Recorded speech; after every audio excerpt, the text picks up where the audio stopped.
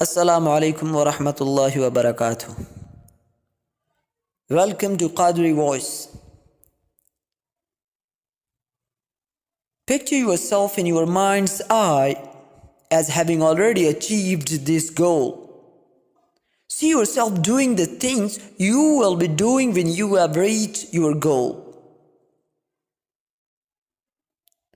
Do not let the roles you play in life make you forget who you are.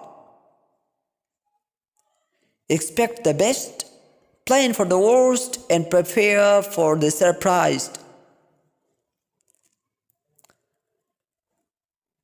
No act of kindness, no matter how small, is ever wasted. Learning to ignore things is one of the great paths to inner peace. Don't let the shadows of yesterday spoil the sunshine of tomorrow. Live for today.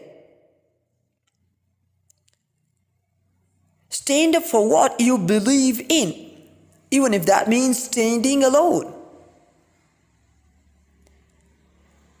If you say you are worthy, you are. If you say you are not worthy, you are not. Either way, you will live into your story. Success does not consist in never making mistakes, but in never making the same one a second time.